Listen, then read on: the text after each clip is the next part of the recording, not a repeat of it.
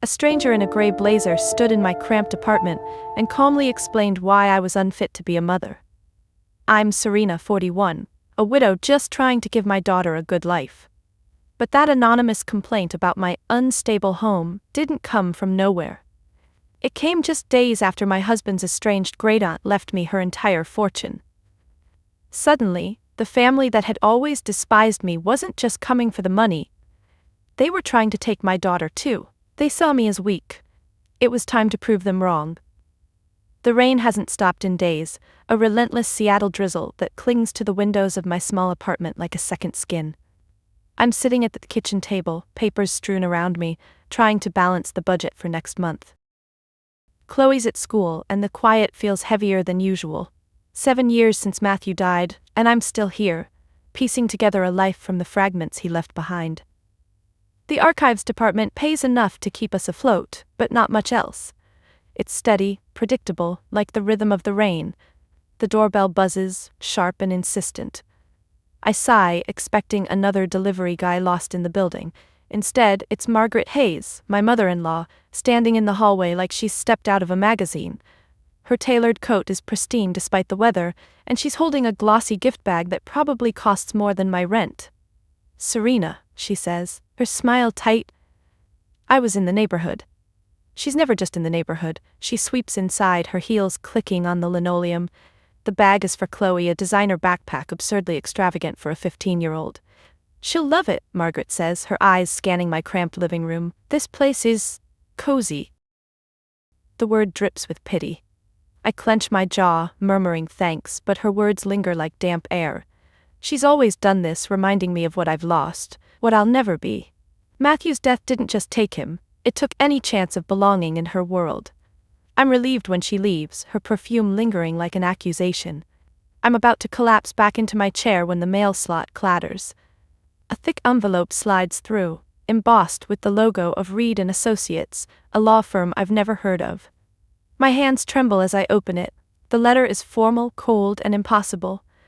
Eleanor Vance, Matthew's great-aunt, has died. She's left me everything, her entire estate, a house on Queen Anne Hill, stocks, money. Me, Serena Collins, the nobody widow who met her twice. I sit there, the paper shaking in my hands. It's a lifeline, a chance to breathe, to give Chloe the life I've always wanted for her. My heart races with possibility, a flicker of something I haven't felt in years, hope. But I need to tell someone, and before I can think better of it, I call Margaret. Her voice is silk over steel. "Serena, that's unexpected." A pause, then. "We need to handle this. I'll be over in the morning. Don't do anything until I get there." It's not a suggestion, it's an order. The line goes dead, and the rain outside feels colder, sharper, like it's trying to get inside. Morning comes too fast. I barely slept, the letter still open on the table, its words burned into my mind. A courier arrives before Margaret, delivering a thick packet of documents. I spread them out, my archivist's instincts kicking in. The estate is staggering, a historic mansion on Queen Anne Hill, a stock portfolio in Vance Tech, Eleanor's groundbreaking company, and a small silver locket, plain except for an EV etched on its surface. It feels like a dream, one I don't trust myself to believe in. The doorbell buzzes and Margaret sweeps in, her daughter Rebecca trailing behind. Rebecca's different, warm, with a messy bun and a genuine smile. She hugs me, her arms soft but firm. "Serena, I'm so sorry about Eleanor, we're here to help." Her kindness catches me off guard, a balm after Margaret's coldness. Margaret, meanwhile, is all business, her manicured nails flipping through the documents like she owns them. "This is substantial," she says, her tone unreadable. Then her eyes narrow. "Oh, Serena, this is bad." She points to a clause buried in the fine print, a tax lien on the house, 6 figures deep, accrued over years. "Eleanor was losing it," Margaret says, her voice heavy with feigned concern. "This is a disaster waiting to happen. You're not equipped for this, Serena. You could lose everything." Her words hit like a slap, each one chipping away at the hope I'd let myself feel. Rebecca touches my arm, her eyes soft. "Mom's just worried. It's a lot to handle. We'll figure it out together." I nod, but my stomach twists. The house, the stocks, they're real, tangible, a chance to start over. But Margaret's right about one thing. I don't know how to navigate this. The lien feels like a trap, a weight I can't lift alone. Rebecca stays after Margaret leaves, making tea in my tiny kitchen. "You don't deserve this stress," she says, her voice low and kind. "I'll talk to Mom, get her to ease up." I want to believe her. I need to believe her. But as she leaves, her concerned glance mirrors Margaret's too closely, and I'm left wondering if I'm already in over my head. The next week is a blur of phone calls and paperwork. Margaret takes charge, hiring a lawyer named Landon Clay, a man with a shark's smile and a handshake that feels like a warning. He talks fast, throwing around terms like estate tax and fiduciary duty until my head spins. I call Mark Reed, the lawyer from the letter, instead. His voice is steady, calming, like a lighthouse in a storm. "Don't sign anything yet," he says. "We need to review everything carefully." Then the real blow comes. I'm washing dishes when there's a knock at the door. A woman in a gray blazer stands there, badge in hand. Child Protective Services. My heart stops. She's here because of an anonymous complaint about an unstable home environment and neglect following a sudden financial windfall. The words don't make sense, but the implication does. Someone thinks I'm unfit to raise Chloe. The visit is brief but brutal. She inspects our apartment, asks pointed questions about my job, my finances, my stability. I answer calmly, but inside I'm unraveling. Chloe's all I have. The thought of losing her is a knife in my chest. I know it's Margaret. It has to be. I confront her that evening, my voice shaking with rage. "How could you do this?" She denies it, her face a mask of indignation. "Serena, I would never. I'm worried about you, that's all." Her words are smooth, but they don't reach her eyes. Later Rebecca calls, her voice thick with apology. "I'm so sorry, Serena. Mom's just overprotective. I'll talk to her, I promise." She sounds so sincere, and I cling to that. She's my only ally in this nightmare. Mark meets me the next day, his office a quiet refuge from the chaos. He listens as I pour out the CPS visit, the fear, the betrayal. "We'll fight this," he says, his voice firm. "This isn't about your parenting, it's about control." His confidence steadies me, but the weight of Margaret's attack lingers. I'm not just fighting for money or a house, I'm fighting for my daughter, my life. And I'm doing it alone, with enemies wearing the faces of family. The rain hasn't let up, and neither has the pressure. It's been days since the CPS visit, and I can't shake the image of that gray-blazered woman scribbling notes about my life. Mark says we can fight it, but every creak of the apartment floor makes me jump, expecting another knock. Margaret's lawyer, Landon Clay, is pushing hard now, filing motions to contest Eleanor's will. He claims she wasn't of sound mind, that I manipulated her. The accusation stings, not just because it's a lie, but because I barely knew her. Eleanor was a ghost in our lives, sharp, distant, a woman who preferred her computers to people. Why me? Why now? I need answers, not just for the court but for myself. Mark suggests I visit the Queen Anne house, see if there's anything there to prove Eleanor's lucidity. So I go. The mansion looms at the end of a tree-lined street, all gables and ivy, like something out of a Gothic novel. The key trembles in my hand as I unlock the door. Inside, it's a time capsule. Dark wood, dusty chandeliers, and a faint smell of old books. I wander through, feeling like an intruder. In a study, I find a roll-top desk, its surface cluttered with papers and pens. My archivist instincts kick in, and I start sorting. That's when I find them, a folder of letters, yellowed and unsent, from Margaret to Eleanor. They're dated years back before Matthew died. I read one, then another, my heart sinking with each word. "Serena's not stable, Eleanor." One says she's dragging Matthew down with her. Another, "She's not fit to be a mother. You should see the way she lives." The words are venom, subtle but deliberate, painting me as a failure long before I lost him. Margaret's hatred isn't new, it's a campaign, decades in the making. I sit there, the letters in my lap, feeling exposed, raw. But there's something else too, anger, sharp and clarifying. She's been trying to break me for years, I won't let her. I call Mark, my voice steady for the first time in days. "I found something," I tell him. "Proof Margaret's been lying about me forever." "It's not enough to win the case," he says, "but it's a start." I clutch the letters as I leave the house, the rain soaking through my coat. For the first time I feel like I'm fighting back. The letters give me purpose, but Mark's right, they're not enough. Margaret's lawyer will dismiss them as family drama, not evidence. I need something ironclad, something that proves Eleanor was sharp until the end. Rebecca's been texting me daily, checking in, offering support. I'm here for you, she writes, and I believe her. She's the only one who seems to get how suffocating this all is. So when I tell her about the letters over coffee, her eyes widen. That's awful, Serena, she says, her hand on mine. Mom's intense. But there's more. Eleanor kept a journal. I think it's in a safe deposit box. She gave me the key ages ago, said it was important. My heart leaps.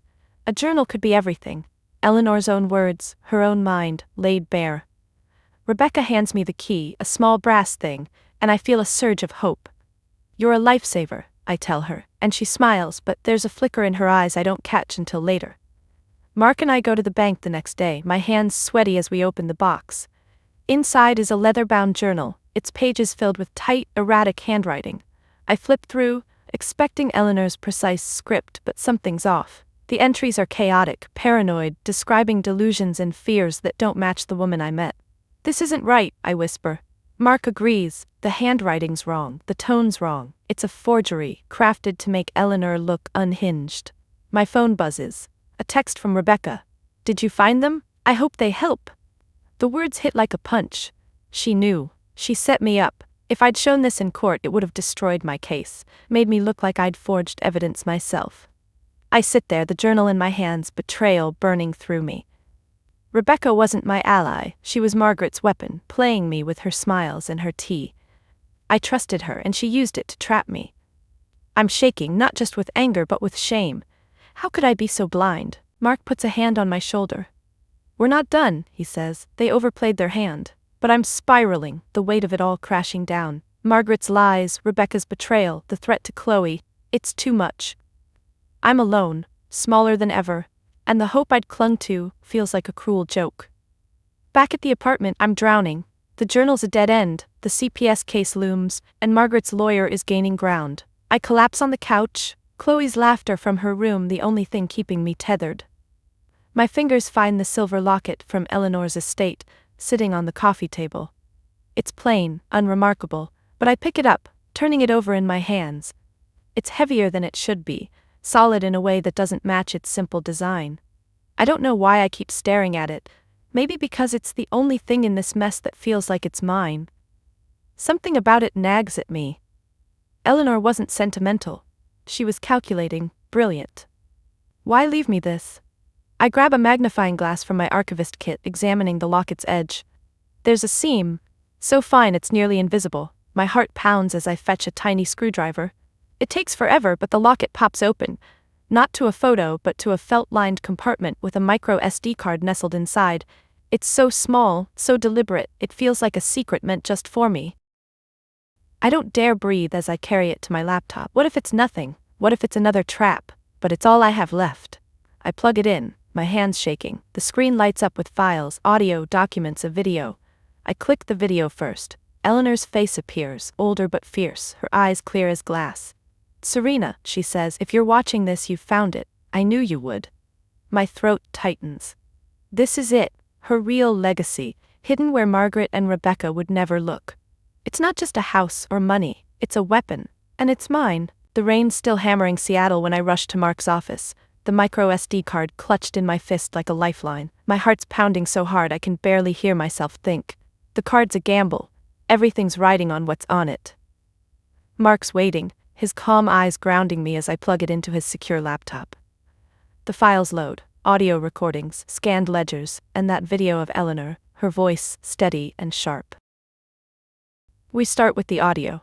Margaret's voice crackles through, cold and commanding, pressuring Eleanor to sign over control of Vance Tech. You're not getting any younger, Eleanor, she says, her tone laced with condescension. Let me handle it. Eleanor's responses are clipped, defiant. She knew exactly what Margaret was doing. The ledgers are worse. Pages of numbers show Margaret siphoning funds from Vance Tech for years, small enough to go unnoticed but adding up to millions. My hands shake as I scroll through them. This isn't just greed, it's theft, calculated and cruel. Then we play the video again. Eleanor's face fills the screen, her white hair pulled back, her eyes piercing. Serena, she says, I'm leaving my legacy to you, not because of blood, but because of character. You have a strength you haven't been allowed to use. This isn't just a house or money, it's your freedom. Don't let anyone, especially those who wear the mask of family, take it from you. Her words hit me like a wave, washing away years of doubt. She saw me. She chose me. Mark's already moving, printing documents, organizing the files. The final hearing's tomorrow, and we've got one night to prepare. We work until dawn, the office lit by the glow of computer screens and the occasional flash of lightning. My eyes burn, my body aches, but there's a fire in me now. Eleanor didn't just give me evidence. She gave me a reason to fight. I think of Chloe, her laugh, her trust in me, and I know I can't lose. But as the hours tick down, the weight of tomorrow presses harder. Margaret and Rebecca will be there, polished and prepared, their lies ready to bury me. I'm terrified, but I'm not alone anymore. Eleanor's voice echoes in my head, steadying me. This is my chance, my only chance to take back my life. The courtroom smells of polished wood and stale coffee, a sterile contrast to the storm raging outside. I sit beside Mark, my hands clasped so tight my knuckles are white. Margaret's across the room, her face a mask of composure, Rebecca beside her avoiding my eyes. Landon Clay, their lawyer, stands first, his voice smooth as he paints Eleanor as a frail, confused old woman, manipulated by a greedy daughter-in-law. Me. He gestures at me like I'm a prop, a nobody who got lucky. My stomach twists, but I keep my head high, Eleanor's words in my mind, "You have a strength." When it's our turn, Mark stands, calm and deliberate. He doesn't waste words. He plays the audio first. Margaret's voice, sharp and demanding, fills the room. The judge's brow furrows. Then the ledgers projected on a screen, each line a nail in Margaret's coffin. Whispers ripple through the courtroom. Margaret's composure cracks, her lips tightening. Rebecca's hands fidget in her lap. Finally, Mark plays Eleanor's video. Her voice is clear, unwavering, as she declares her trust in me. The room goes silent, the weight of her words sinking in. I glance at Chloe in the back, her eyes wide but proud. I'm doing this for her, for us. Landon tries to recover, stammering about context, but the judge cuts him off. I've heard enough, she says, her voice like steel. She rules in my favor, dismissing Margaret's petition with prejudice. The evidence is overwhelming, she says, not only of Ms. Vance's sound mind, but of a malicious attempt to defraud this estate. She refers Margaret and Rebecca to the district attorney for fraud, embezzlement, and perjury. Margaret's face is ashen, Rebecca's head bowed. They leave without a word, and I feel a weight lift. Like I can breathe for the first time in months. 3 months later, the Queen Anne house is ours. Chloe and I are in the living room, sunlight streaming through the tall windows, chasing away the shadows. The locket sits on the mantel, its secret safe, but its power undeniable. Chloe's laughing, sprawled on the couch with a book, her new backpack, Margaret's gift, tossed in a corner forgotten. I stand at the window, the Seattle skyline sharp against the sky. The city feels different now, not a cage but a canvas. Eleanor's gift wasn't the house or the money, it was the chance to fight, to find my voice. I was the black sheep, the widow who didn't belong, but now I'm home. Not just in this house but in myself. Chloe calls me over, her smile bright, and I join her, the future open and alive with possibility. I don't know what's next, but for the first time, I'm ready to find out. Eleanor Vance gave me an inheritance, but the real gift was a chance to build my own legacy. It taught me that our legacy isn't what we're left, but what we fight for. Don't wait for a lifeline to be thrown to you. Be your own champion, fight for your family, and build the future you deserve, brick by brick. You are far more powerful than your circumstances. What are you fighting to build in your own life? Let's inspire each other in the comments below.